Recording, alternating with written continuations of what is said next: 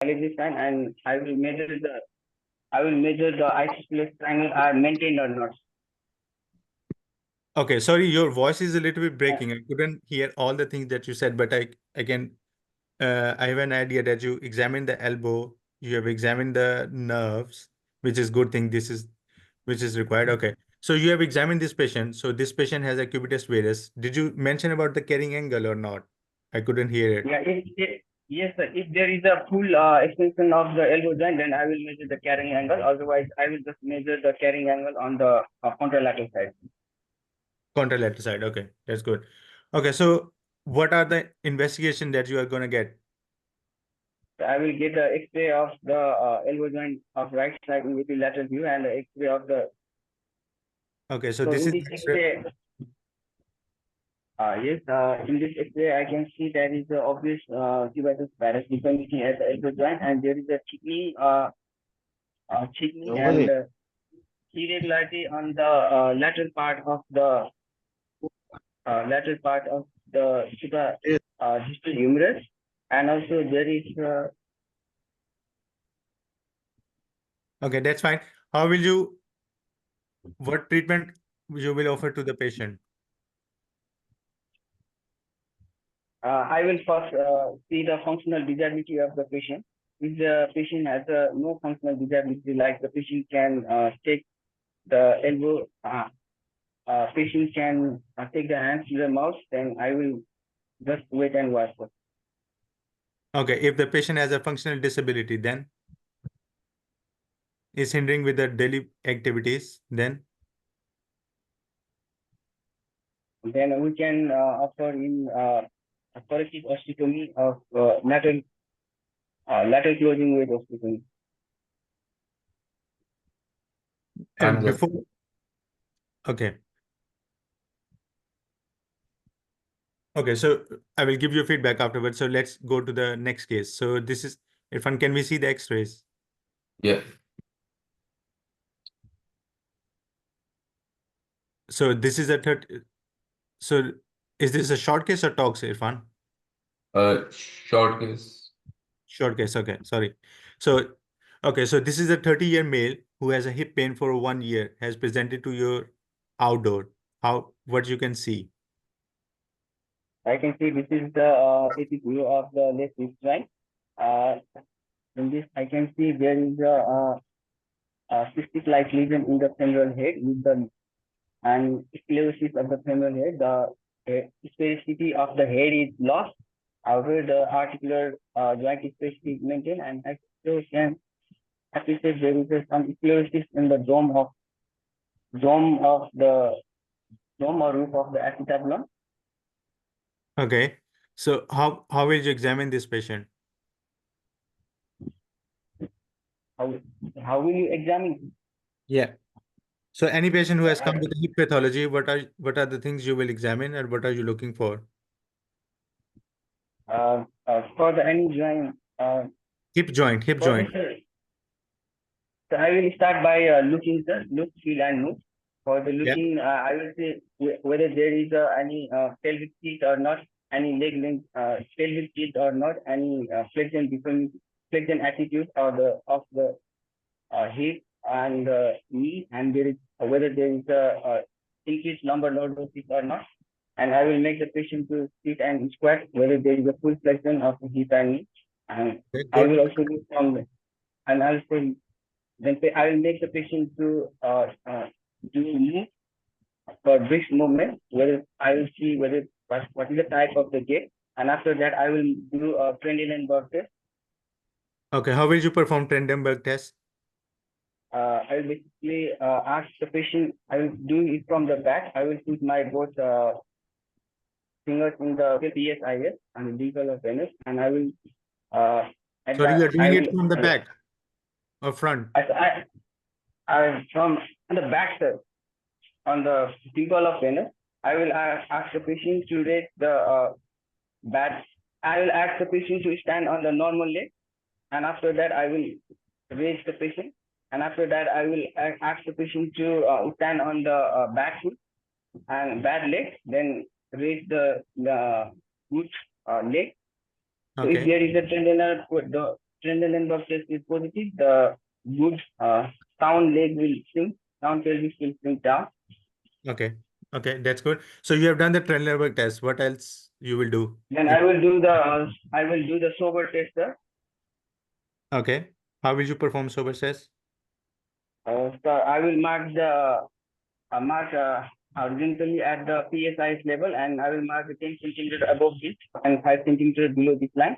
And I will ask the patient to forward flex without bending the knee.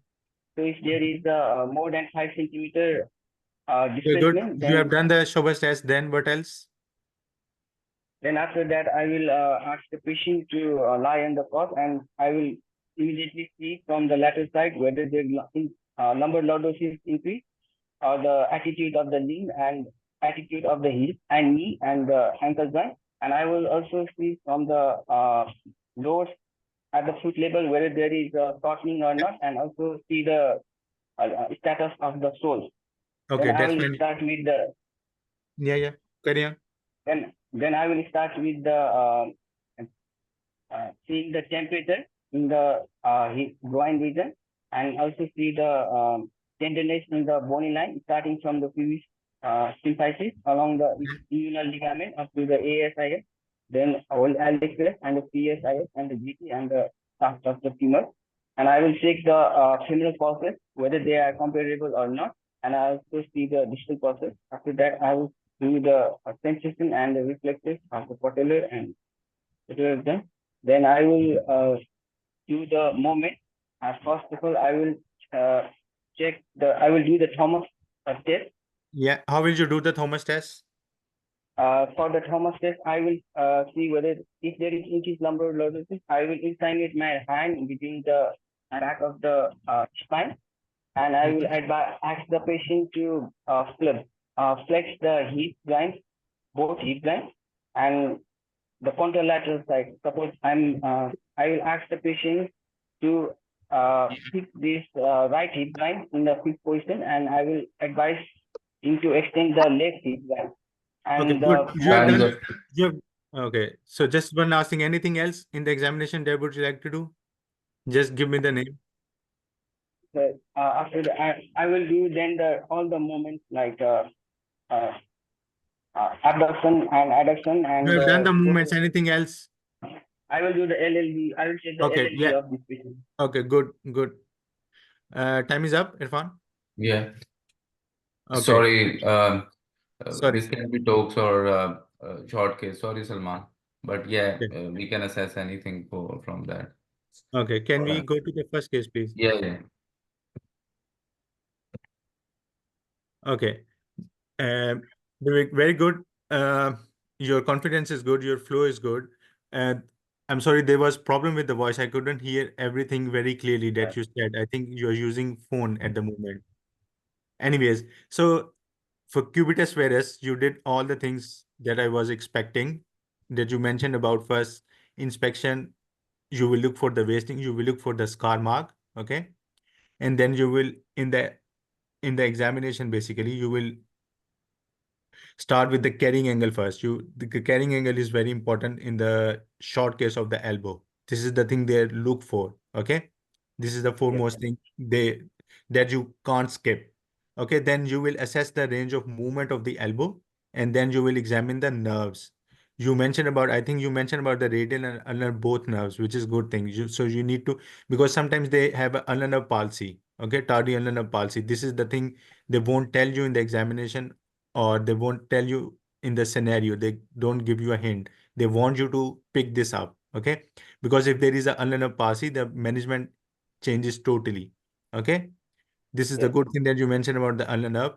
And the only thing that I, whether you have mentioned it or not, I couldn't hear it. Whenever you are going to offer an osteotomy to the patient, you need to measure the cora on the X-rays. Okay, I don't think you Okay. mentioned about the cora. Sorry, I didn't mention that. Yeah, you need to measure the deformity, and on the X-ray there was an obvious deformity. There is a malunited supracondylar fracture. Whenever there is a short case, you are allowed to ask two questions: what is the deformity, and for how long you have this deformity? Okay, so Yes. be uh, I mean, you can ask these 2 questions in the short case, but not more than 2 or 3 questions, because short case is about the examination. Okay. Yes. I think you did very well.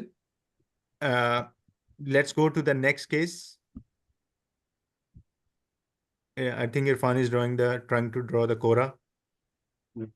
Sorry. Yeah, that's fine. So the next case is I don't know. I couldn't hear a word from you that this is a AVN. Okay, if there is something very obvious on the X-rays, they shouldn't be prompting you. You should tell that this is, I can see, this is what I think. Okay. So there is a cyst in the X-ray where Irfan is moving his cursor. Okay. You should mention about this cyst. I don't know whether you mentioned it or I couldn't hear it. Okay. And examination, you were good. You mentioned about all the things. So whenever there is a hip case, the things they are looking for in inspection, you do the regular inspection and then you do the trend and bug test. This is the 4 most important thing in the hip. Then you do the Thomas test and then you do the LLD. These are the 3 things that you can't miss in any hip examination. Rest of the things are secondary. I'm not saying they are not necessary, but these are the things they are looking for, that you are aware that in any hip joint that you need to do the 3 tests. You mentioned about the Schober's test.